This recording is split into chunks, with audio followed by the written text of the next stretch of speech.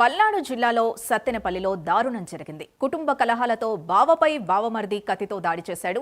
ఘటనలో అతడికి తీవ్ర గాయాలయ్యాయి. వెంటనే అతన్ని ఆసుపత్రికి తరలించారు.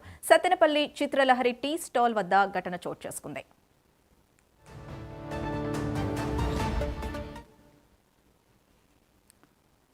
ఇక ఇదే అంశానికి సంబంధించి పూర్తి డీటెయిల్స్ మా ప్రతినిధి రవికృష్ణ అందిస్తారు. రవికృష్ణ, అసలు ఏం జరిగింది? గాయపడిన వ్యక్తి ఎలా ఉన్నాడు? పోలీసులు ఏమంటున్నారు?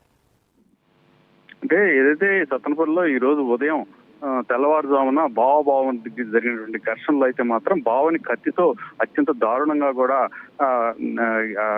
దాడి చేసినటువంటి సందర్భంలో అతను అపస్మారత తీసుకెళ్లినటువంటి పరిస్థితి అయితే కనపడింది. ప్రధానంగా కూడా ఏదైతే చిత్రలహరి సెంటర్ ఏదైతే ఉందో ఆ సెంటర్ సమీపంలో ఈ బావ అయినటువంటి కరీముల్లా అయితే మాత్రం అక్కడ ఒక బండితో ఆయన జీవనాన్ని సాగిస్తూ ఉన్నాడు. గత కొంతకాలం నుంచి వీళ్ళిద్దరికి మధ్య బావమరిదికి మధ్య అయితే మాత్రం ఆ డబ్బుల విషయంలో కొంత గొడవ జరిగినట్లుగా కూడా తెలుస్తుంది. అదే విధంగా కూడా కుటుంబ కలహాల నేపథ్యంలో తరచూ కూడా వివాదం పడుతున్నటువంటి సందర్భం. ఇటువంటి సందర్భంలో ఈ రోజు ఉదయం అయితే మాత్రం బావ బండి దగ్గర ఉన్నటువంటి సందర్భంలో ఒక్కసారిగా కూడా బావమరిది కత్తితో దాడి చేయడంతో అక్కడికక్కడే పడిపోయాడు. పడిపోయిన వెంటనే కూడా అతన్ని స్థానికంగా ఉన్నటువంటి ప్రభుత్వ ఆసుపత్రికి అయితే తీసుకెళ్లారు. తీసుకెళ్లిన క్రమంలో మాత్రం డాక్టర్లు టెస్ట్ చేసి అతను మృతి చెంది కూడా చాలాసేపు అయిందన్నట్టుగా చెప్పారు. దీంతో ఒక్కసారిగా కూడా అక్కడ వాళ్ళ కుటుంబాల్లో విషాద ఛాయలు నెలకొన్న పరిస్థితి అయితే కనపడింది. ప్రధానంగా కూడా ఏదైతే ఈ బావమరిది మధ్య గతంలో కూడా పలుమార్లు వివాదాలు చోటు చేసుకున్న నేపథ్యంలో వాళ్ళిద్దరి మధ్య సంయోజనం కుదిరించేందుకు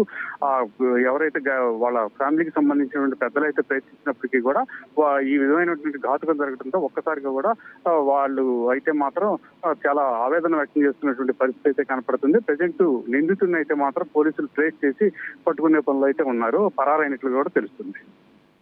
రైట్, థ్యాంక్ యూ రవికృష్ణ.